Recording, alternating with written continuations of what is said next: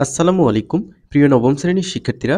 এই ভিডিওতে আমরা গণিত বিষয়ের ওপর একটি স্কুলের প্রশ্ন দেখব। এই প্রশ্নটি বেশ ইম্পর্ট্যান্ট এবং স্ট্যান্ডার্ড মানের কোশ্চেন করা হয়েছে। আদর্শ মাধ্যমিক বিদ্যালয় কুষ্টিয়া থেকে সংগ্রহ করেছি আমি। ক বিভাগে নৈর্ব্যক্তিক অংশ। নৈর্ব্যক্তিকগুলো বেশ ইম্পর্ট্যান্ট। এই রিলেটেড যে নৈর্ব্যক্তিকগুলো আসবে সেগুলো যাতে পারো সেভাবেই এগুলো প্র্যাকটিস করবা।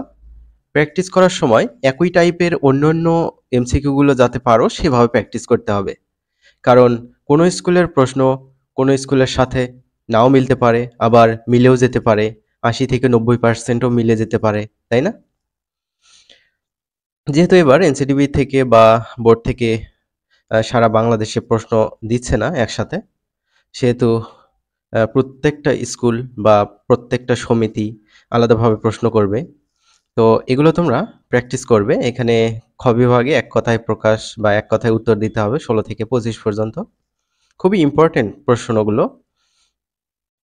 তারপর গ বিভাগ সংক্ষিপ্ত প্রশ্নের উত্তর দিতে বলেছে এখানে। দেখো লগ ২ ভিত্তিক আর্গুমেন্ট 1/16 দেয়া আছে সমান -4। তো এইটা একটা। তারপর লগ ৩ ভিত্তিক আর্গুমেন্ট ৮১ দেয়া আছে সমান ৪। এগুলো সূচকের মাধ্যমে প্রকাশ করতে হবে। এখানেও সেম ভাবে একটা কাজ করতে বলা হচ্ছে, এটার মান নির্ণয় করতে হবে। ৩ নম্বরও সেম। ৪ নম্বরে একটা অঙ্ক দেয়া আছে, ৫ নম্বরে, দেন ৬ নম্বরে আর্গুন পদ্ধতিতে সমাধান করো। তো এই পদ্ধতিগুলো আমি আমার ইউটিউব চ্যানেলের মধ্যে দেখিয়েছি। সব পদ্ধতিই দেখানো হয়েছে। তোমরা চাইলে প্র্যাকটিস করতে পারো। ৭ নম্বর দেখো সমীকরণ দেয়া থাকবে, সমীকরণের মূলের প্রকৃতি নির্ণয়। এরকম একটা প্রশ্ন এসেই থাকে। একটা সমীকরণ দেয়া থাকে, সমীকরণের মূলের প্রকৃতি কেমন হবে যাচাই করো বা লিখো। তারপর এখানে দেখো ত্রিকোণমিতির একটা অঙ্ক দেয়া আছে। ২টা দেয়া আছে। তারপর ১১ নম্বর দেখো এস উপাদানগুলোর পরিমিত ব্যবধান নির্ণয় করো। তারপর ১৩ নম্বর একটা ধারা দেয়া আছে। ধারাটির প্রথম ২০টি পদের সমষ্টি নির্ণয় করো। তো এটা একটা সমান্তর ধারা। দেখো কারণ যেকোনো পদ তার আগের পদের পার্থক্য কিন্তু সবসময় সমান। ৬ থেকে ৩ বাদ দাও ৩, ৯ থেকে ৬ বাদ দাও ৩।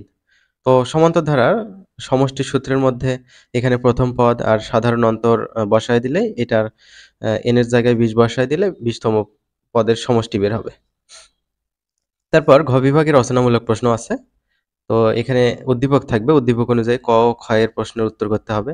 এখানে ১০টি প্রশ্ন থাকবে। ১০টার মধ্যে যেকোনো ৭টির উত্তর করতে হবে। প্রত্যেকটা প্রশ্নে ৭ মার্ক করে থাকবে। তো ৭, ৭ ৪৯ মার্ক পেয়ে যাবা। তো প্রশ্নগুলো কিন্তু বেশ ইম্পোর্টেন্ট, স্ট্যান্ডার্ড মানের কোশ্চেন। অর্থাৎ আমি জানি না তারা কেমন পরীক্ষা দিয়েছে। অবশ্যই পরীক্ষা বেশি ভালো হওয়ার কথা না। প্রশ্নগুলো একটু কঠিন, মানে অত সহজও দেয়া নাই। তোমরা প্র্যাকটিস করবা যাতে ভালো করতে পারো। বেশি, বেশি প্র্যাকটিস ছাড়া গণিত কিন্তু সম্ভব না। একদিনে কিন্তু গণিতে A+ পাওয়া যায় না। তো থাকে না কেউ, কেউ সাজেশন দেয় একদিনে বাংলায় A+ পাওয়া যায়, যায়। কিন্তু গণিতে একদিনে পড়ে A+ পাওয়া সম্ভব না। গণিতে A+ পেতে গেলে বা ভালো রেজাল্ট করতে গেলে বেশি, বেশি প্র্যাকটিস দরকার। তো শিক্ষার্থীরা আশা করি এই প্রশ্নটা তোমরা দেখে নিয়েছো। আমরা এটা ভালোভাবে প্র্যাকটিসও করবে বাসায়। এই রিলেটেড কোশ্চেন আসলে পারবে। আমরা পরবর্তী ভিডিওতে অন্যান্য বিষয়ের উপর যে প্রশ্নগুলো পাবো বিভিন্ন স্কুলে আসা, সেই প্রশ্নগুলো আলোচনা করব ইনশাল্লাহ। শিক্ষার্থীরা ভালো থেকো। পরবর্তী ভিডিওতে দেখা হবে।